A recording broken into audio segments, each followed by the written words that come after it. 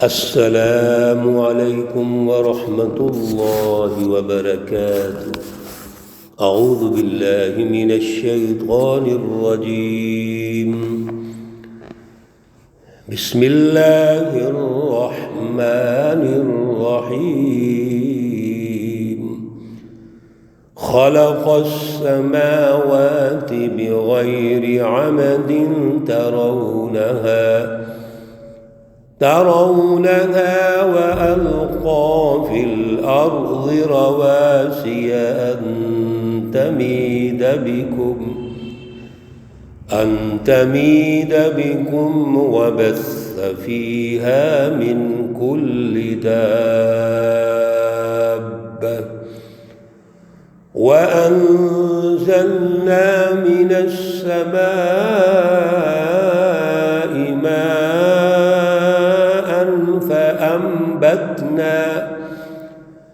فأنبتنا فيها من كل زوج كريم۔ صدق الله العلي العظيم۔ اللهم صل على سيدنا ومولانا محمد النبي الأمي وعلى آله وأصحابه وبارک وسلم وصل علیہ۔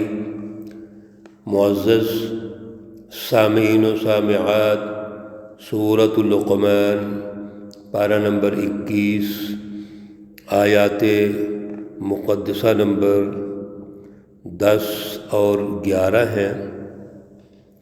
اللہ رب العزت ان آیات کا فہم اور شعور عطا فرمائے اور عمل کی توفیق اور صلاحیت عطا فرمائے۔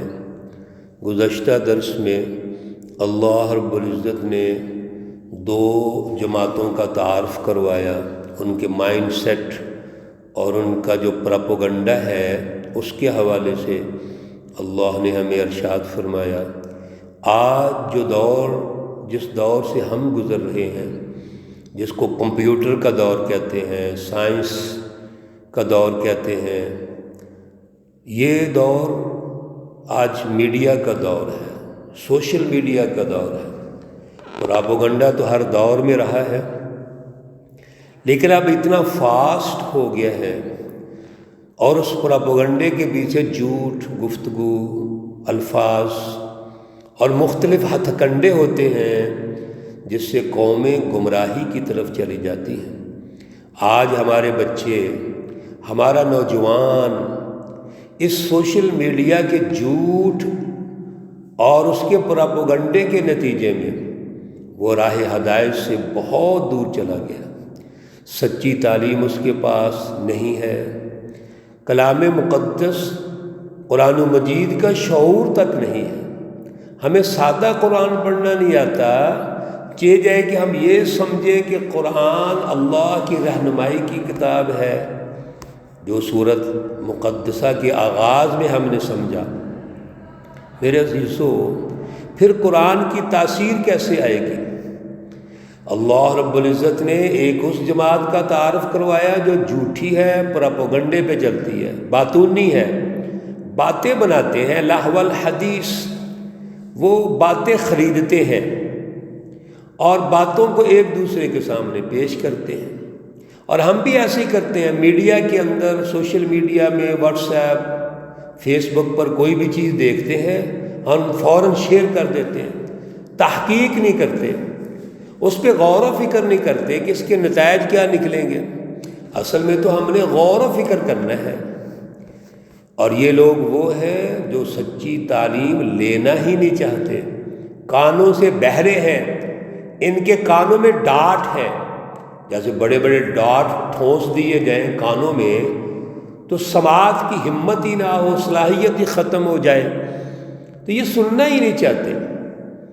اور یہ جب بھی سچی تعلیم آتی ہے سنجیدگی سے نہیں لیتے بلکہ فرار ہو جاتے، جبکہ ان کے مقابلے میں سچی جماعت وہ اعلیٰ ایمان والی ہے، اعلیٰ شعور والی ہے، وہ سچی تعلیم حاصل کرتے ہیں، اس کی رٹ قائم کرتے ہیں، اس کا نور اپنے دلوں میں پیدا کرتے ہیں، اور پھر عامل الصالحات اس پر شعوری جدوجہد کرتے ہیں، اپنا عمل و کردار بناتے ہیں، اس کا سسٹم بناتے ہیں، ان کے لیے جنت ہے اور وعدہ ہے۔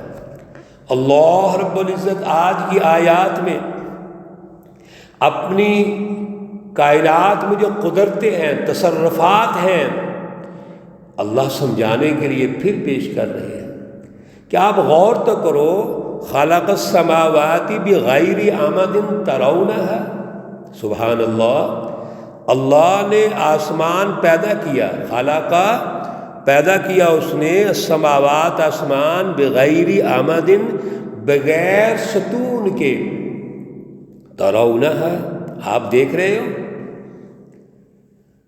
پوری دنیا میں آپ سیر و سیاحت کر لو، سفر کر لو، کیا آسمان کے نیچے کوئی ستون ہے؟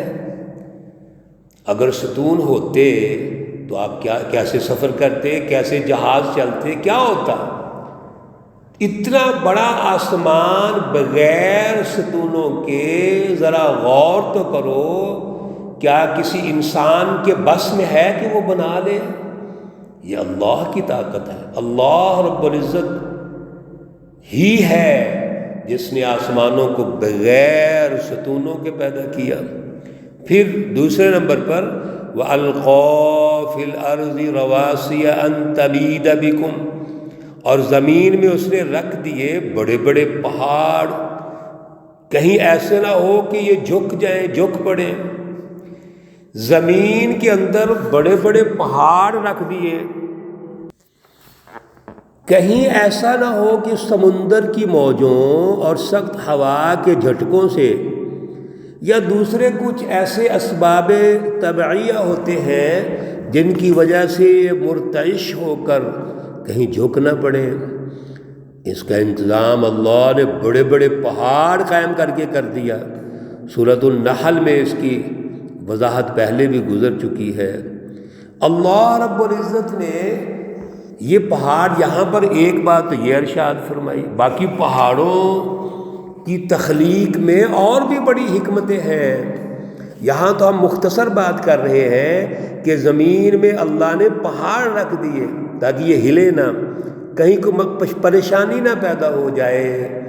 اور میرے عزیزو، یہ بھی کس کے لیے ہے؟ انسانوں کے لیے۔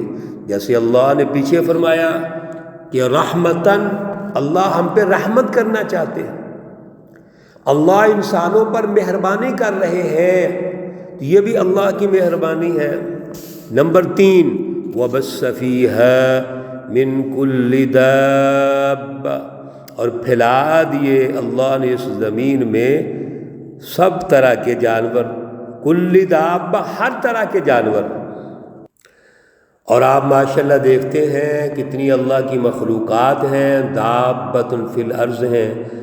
اور اللہ نے ایک دوسری جگہ فرما دیا وما من دابۃ فی الارض الا علی اللہ رزقها، کوئی دابہ ایسا نہیں ہے، چپایا ایسا نہیں ہے، جانور ایسا نہیں ہے جس کا اللہ نے رزق کا بندوبست نہ کیا ہو۔ میرے عزیزو، ہم تو انسان ہیں، ہمارا ایک دائرہ ہے، دائرہ عمل، لیکن وہ جانور جن کا کوئی ایسا دائرہ عمل نہیں ہے، آپ پہاڑوں کی بلندیوں پہ چلے جائیے اور وہاں پر دیکھیے کیڑے مکوڑے چھوٹے چھوٹے ادھر ادھر بھاگ رہے ہیں۔ اللہ نے ان کی روزی کا، رزق کا بندوبست وہاں پر کیا ہوتا ہے۔ نمبر 4 وَأَنزَلْنَا مِنَ السَّمَاءِ مَاءً، ہم نے آسمان سے پانی اتارا، فَأَنبَتْنَا فِيهَا، پھر اگائے ہم نے اس میں، اس زمین پر، من کل زوج کریم، ہر قسم کے جوڑے بڑے خوبصورت طریقے سے، ہر قسم کے پر رونق، خوش منظر، نفیس، کارآمد، خوبصورت، دلکش درخت زمین میں اگا دیے۔ سورۃ الشعراء میں اس کی تفصیلات گزر چکی ہیں کچھ، اور ہم دیکھتے بھی ہیں پریکٹیکلی بھی۔ آپ جائیے، پہاڑوں میں چلے جائیے، جنگلوں میں چلے جائیے، اللہ نے کس طرح خوبصورت درخت اگائے ہیں، اور پھر ویسے زمین میں دیکھیے اللہ جس طرح اناج پیدا کرتا ہے، ہمارے لیے رزق کے اسباب اور وسائل پیدا کرتا ہے، یہ اللہ نے پیدا کیے ہیں۔ اور پھر اس بنجر زمین پر بارش نازل فرمائی، پانی نازل کیا، جس کے نتیجے میں وہ بنجر زمین زرخیز ہو گئی، وہاں سے اناج نکل رہا ہے، فروٹس نکل رہے ہیں، ہماری بنیادی ضروریات کی تمام چیزیں اللہ رب العزت زمین سے نکال رہے ہیں۔ میرے عزیزو، یہ کون کر رہا ہے؟ اللہ کہتے ہیں یہ میں ہوں۔ اللہ نے یہاں پر جو چیزیں ارشاد فرمائیں ترتیب سے ہم نے سنی۔ نمبر 1، آسمان بغیر ستون کے پیدا کیا، زمین کو۔ نمبر 2، زمین میں اللہ نے پہاڑ رکھے۔ نمبر 3، پھر پوری زمین پر اللہ نے کل دابہ، ہر قسم کے جانور کو پھیلا دیا۔ نمبر 4، اللہ نے آسمان سے پانی نازل فرمایا، جس کے ذریعے سے درخت ہیں اور ہر قسم کے جوڑے جوڑے وہ اگ رہے ہیں اور فروٹس دے رہے ہیں، ہماری غذا کا بندوبست ہو رہا ہے۔ آخر میں اللہ نے فرمایا ھذا خلق اللہ، سنیے اور اپنے ایمان کو تازہ کیجئے، یہ اللہ کی مخلوق ہے، سب اللہ کی تخلیقات ہیں۔ آسمان، زمین، پہاڑ اور جانور، پانی، تمام غذائی سسٹم، گویا کائنات کا ذرہ ذرہ خلق اللہ، اللہ کی مخلوق۔ فارونی، مجھے دکھلائیے ذرا، ماذا خلق الذین، کیا پیدا کیا ان لوگوں نے، من دونی، اس کے علاوہ، اللہ کے علاوہ جو باقی جن کی تم پرستش کرتے ہو، جن کو بڑا سمجھتے ہو، جن کو آل ان آل اور خود مختار سمجھتے ہو، ذرا دیکھیے انہوں نے کچھ پیدا کیا ہے؟ کہاں پیدا کر سکتے ہیں؟ بلکہ فرمایا بل الظالمون، بلکہ یہ تو ظالم ہے، فی ضلال مبین، اور کھلی گمراہی میں ہے۔ بڑا اہم جملہ ہے میرے عزیزوں، یہ ظالم ہے یعنی سمجھنا نہیں چاہتے، توجہ کرنا ہی نہیں چاہتے، بلکہ ظلم کا نظام قائم کر کے انسانوں کو غلام رکھنا چاہتے ہیں، اللہ سے دور رکھنا چاہتے ہیں۔ جتنی کائنات کی ذرہ ذرہ اللہ نے پیدا کیا، اس کی پہچان نہیں پیدا ہونے دیتے یہ۔ اور پھر ہیں کیا؟ ان کی فلسفی کیا ہے؟ ان کے نظریات کیا ہیں؟ فی ضلال مبین، یہ کھلی گمراہی میں، ان کے پاس کوئی اہم فلسفی نہیں، کوئی سچا علم نہیں، کوئی تربیتی نظام نہیں ہے، کوئی تربیت کا ماحول نہیں ہے، بلکہ جو اللہ نے سچے نبیوں کو بھیجا، رسول اللہ صلی اللہ علیہ وسلم کو بھیجا، ان کا انکار کر دیا، مخالفت کی اور گمراہی کی طرف چلے گئے، کفر کیا، شرک کیا، اور جو نام نہاد مسلمان تھے انہوں نے ایجنٹیوں کا کردار ادا کیا، وہ اعلی کار کا کردار ادا کرتے ہیں۔ جو اعلی کار کا کردار ادا کرے گا اس کو اعلیٰ ایمان اور اعلیٰ شعور کیسے حاصل ہوگا؟ میرے عزیزوں، سچی تعلیم اور سچی فلسفی تب ملتی ہے جب سچی جماعت کے ساتھ جڑ جائیں آپ، جھوٹی جماعتوں کے اعلی کار نہ بنے، استعمال نہ ہو۔ استعمال ہونے والی قومیں ہمیشہ تباہ ہوتی ہیں، وہ گمراہی میں ہوتی ہیں، بلکہ فی ضلال مبین، کھلی گمراہی میں ہوتی ہیں۔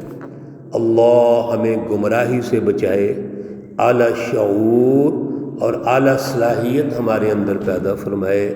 اللہ رب العزت تمام مرحومین و مرحومات کو جنت الفردوس میں اعلیٰ مقام عطا فرمائے۔ اللہ رب العزت تمام بیماروں کو شفائے کاملہ عاجلہ مستمرہ عطا فرمائے۔ ربنا تقبل منا انك انت السمیع العلیم وتب علینا انك انت التواب الرحیم۔ وصلی اللہ تعالی علی النبی الأمی محمد وعلی آلہ واصحابہ اجمعین برحمتک یا ارحم الراحمین۔ السلام علیکم ورحمۃ اللہ وبرکاتہ۔